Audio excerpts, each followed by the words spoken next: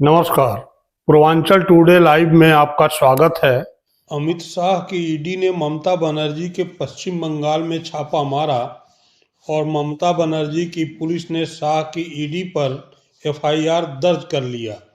शाह की ED high court की शरण में है और ममता बनर्जी की पुलिस ईडी अफसरों की तलाश में। क्या बात महज इतनी सी है या निकली है तो दूर तलक जाएगी, राष्ट्रपति शासन तक, पश्चिम बंगाल की सत्ता से ममता बनर्जी को हटा देने तक। प्रत्येक बात पर बात करेंगे, लेकिन पहले ईडी की इस प्रेस विज्ञप्ति को देखिए। ईडी की इस विज्ञप्ति में स्पष्ट लिखा है कि यह कोयला और हवाला से जुड़ा मामला 2020 में 27 नवंबर को ईडी ने दर्ज किया, अर्थात 5 साल पहले, तब जब पश्चिम बंगाल में विधानसभा चुनाव होने थे। तब प्रशांत किशोर ने यह दावा किया था कि बीजेपी पश्चिम बंगाल की विधानसभा में 100 का आंकड़ा भी पार नहीं कर पाएगी और ममता बनर्जी की ही सरकार बनेगी। टाइमलाइन को ध्यान में रखिएगा, इससे ईडी की रेट को समझने में बहुत आसानी होगी। अब एक बार फिर 5 साल बाद ईडी उसी मामले में छापा मारने तब पहुंची है जब एक बार फिर पश्चिम बंगाल में विधानसभा चुनाव है और ईडी रेड कहां डाल रही है? उस आईपैक के दफ्तर और संचालक के आवास पर रेड डाल रही है जिस कंपनी को 5 साल पहले प्रशांत चला रहे थे। अब इस कंपनी को प्रतीक जैन चलाते हैं। कंपनी राजनीतिक दलों के लिए चुनावी रणनीति बनाती है और कंपनी के वर्तमान संचालक प्रतीक जैन न केवल ममता बनर्जी की पार्टी तृणमूल कांग्रेस के आईटी सेल के प्रमुख हैं, बल्कि कंपनी आईपैक इस समय ममता बनर्जी की पार्टी तृणमूल कांग्रेस के लिए चुनावी रणनीति पर भी काम कर रही है। अब जरा सोचिए, शाह की ईडी 5 साल पहले मामला तब दर्ज करती है जब पश्चिम बंगाल में चुनाव होना होता है। चुनाव में शाह की बीजेपी हार जाती है और ईडी मामले को ठंडे बस्ते में डाल देती है। 5 साल बाद ईडी तब रेड डालने पहुंचती है जब पश्चिम बंगाल में चुनाव होना है और रेड उस कंपनी पर डालती है जो ममता बनर्जी की पार्टी के लिए चुनाव की रणनीति बनाने में जुटी है। ऐसे में ईडी की रेड के बीच अगर ममता बनर्जी आईपैक के दफ्तर पहुंचकर आरोप लगाती हैं कि अमित शाह ईडी की रेड के बहाने उनकी पार्टी का डाटा लेना चाहते हैं, तो इसमें क्या गलत है? पहले ममता बनर्जी को सुनिए, अंग्रेजी में बोल रही हैं। इसके बाद हिंदी में बताता हूं कि ममता क्या बोल रही हैं। Party hard disk, the candidate list, the party strategy, the party plan. Is it the duty of the ED and Amit Shah, the nasty home minister, the naughty home minister who cannot protect the country, and he's taking away all my party documents? If I raid the BJP party office, what will be? What will be the result? They didn't have any guards. One side the SIR case, they are deleting all the names of the Bengal people. More than 2 crore people, 1.5 crore people are being called, 54 lakhs are being deleted without any asking their details. Mamata Banerjee बता रही हैं कि गृह मंत्री मेरी party के दस्तावेज उठवा रहे हैं। यह कार्रवाई घटिया और शरारती गृह मंत्री करवा रहे हैं। क्या ईडी और अमित शाह का काम पार्टी की हार्ड डिस्क और उम्मीदवारों की सूची जब्त करना है? यह एक घटिया और शरारती गृह मंत्री है जो देश की सुरक्षा नहीं कर पा रहा है। मेरी पार्टी के सभी दस्तावेज उठाकर ले गए हैं। एक तरफ वे पश्चिम बंगाल में एसआईआर के जरिए मतदाताओं के नाम हटाने का काम कर रहे हैं, दूसरी तरफ इस तरह की कार्रवाई की जा रही है। मुझे माफ़ करें प्रधानमंत्री जी, कृपया अपने गृह मंत्री को कंट्रोल करें। अगर आप हमसे लड़ नहीं सकते तो आप बंगाल क्यों आ रहे हैं? हमें लोकतांत्रिक तरीके से हराइए। आप हमारी एजेंसियों का इस्तेमाल हमारे कागजात, हमारी रणनीति, हमारे वोटर्स, हमारे डेटा, हमारे बंगाल को लूटने के लिए कर रहे हैं। यह सब करके आपको जितनी सीटें मिल रही थीं वे घटकर 0 हो जाएंगी। ममता बनर्जी यहीं नहीं रुकी।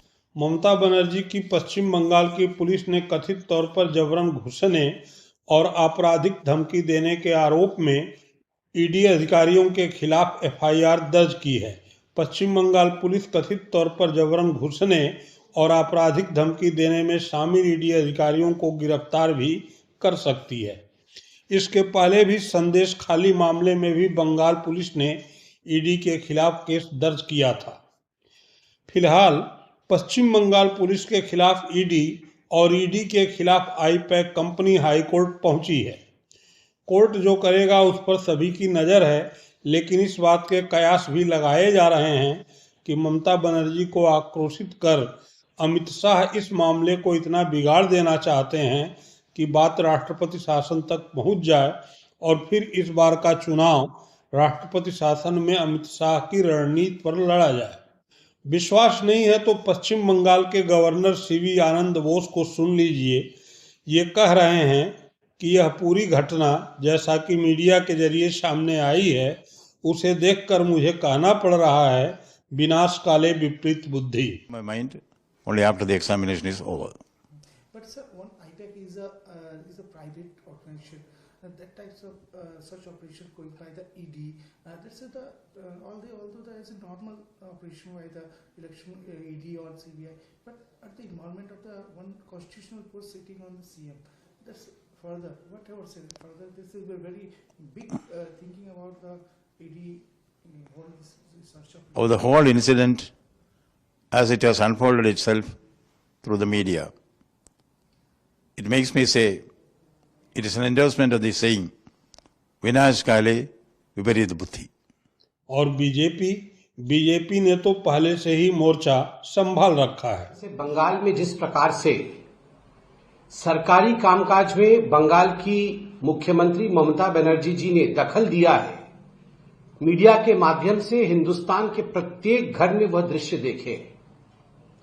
शायद ये भारतवर्ष में पहली बार ऐसा हो रहा होगा कि एक करप्शन के केस में जब रेड पड़ रहे हों ईडी के, उसके बीच में मुख्यमंत्री जी खुद घुस करके एविडेंस डिस्ट्रॉय करने की कोशिश, एविडेंस चोरी करने की कोशिश कर रही हो।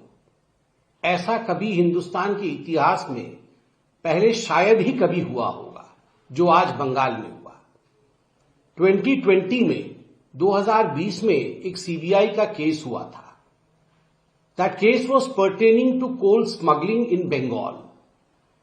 बंगाल में जो लीज होल्ड की जमीन थी जहां से कोयला निकालना होता था, यह कोयला कहीं न कहीं किसी न किसी रूप में स्मगल किया जाता था और उसमें बहुत बड़ी धांधली होती थी, बहुत बड़ा घोटाला था। हवाले का पैसा भी इसमें इन्वॉल्व था। तो उस समय एक एफआईआर हुआ था। समय के साथ उस पर कार्यवाही चल रही थी। In a step-ladder pattern, various actions were being taken in the coal smuggling case of Calcutta, against which an FIR was filed way back in 2020. Acting on that FIR, when today raids took place in 10 places in India, उस FIR के आधार पर आज enforcement directorate ED ने भारत के 10 जगहों पर red किया, जिनमें 6 स्थान बंगाल में थी और 4 स्थान वो दिल्ली में स्थित थी। और मुख्यतः अनूप माझी नामक व्यक्ति जो कि इस कोल स्कैम में इन्वॉल्व है, उनके प्रमाइसेस, उनके ऑफिस इत्यादि में रेड हुआ।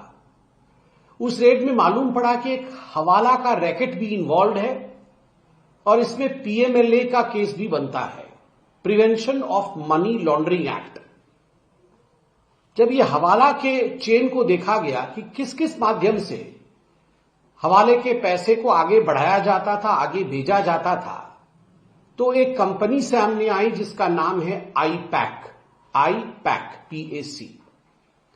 तो इस आईपैक कंपनी के प्रेमाइसेस में भी बंगाल में रेड हुआ। रेड जब चल रहा था उस समय उच्च पुलिस अधिकारी आए और उन्होंने आके ईडी के ऑफिसर्स से अपना वेरिफिकेशन मांगा, अपना आईडी मांगा, जो कि स्वाभाविक है कि ऑथेंटिक रेड हो रहा है कि नहीं हो रहा है, ये जानने के लिए होता है। ईडी के अधिकारियों ने जो हमने मीडिया में देखा कि उन्होंने अपने आइडेंटिफिकेशन कार्ड इत्यादि सब दिखाया, जो ऑथेंटिक डॉक्यूमेंट्स थे रेड्स को परटेनिंग कि रेड करने के लिए उनके पास डॉक्यूमेंट्स है वह भी दिखाया। और उसके बाद पीसफुली रेड चल रहा था कि अचानक ममता बनर्जी बंगाल पुलिस के साथ वहां पहुंच गई आईपैक के ऑफिस में, और खुद सबको धक्का देते हुए आईपैक के ऑफिस के प्रांगण के अंदर जहां रेड चल रहा था वहां वो स्वयं घुसी और उसके बाद वहां से फिजिकल डॉक्यूमेंट्स, कागज इत्यादि, इलेक्ट्रॉनिक एविडेंस जैसे पेन ड्राइव, लैपटॉप इत्यादि और भी कई तरह के एविडेंसेस को उन्होंने अपने साथ ले लिया। भ्रष्टाचार को बचाने के लिए स्वयं मुख्यमंत्री उतर के आ रही है, ये कब तक चलेगा?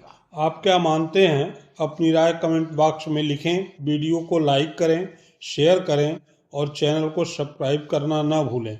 बहुत बहुत धन्यवाद।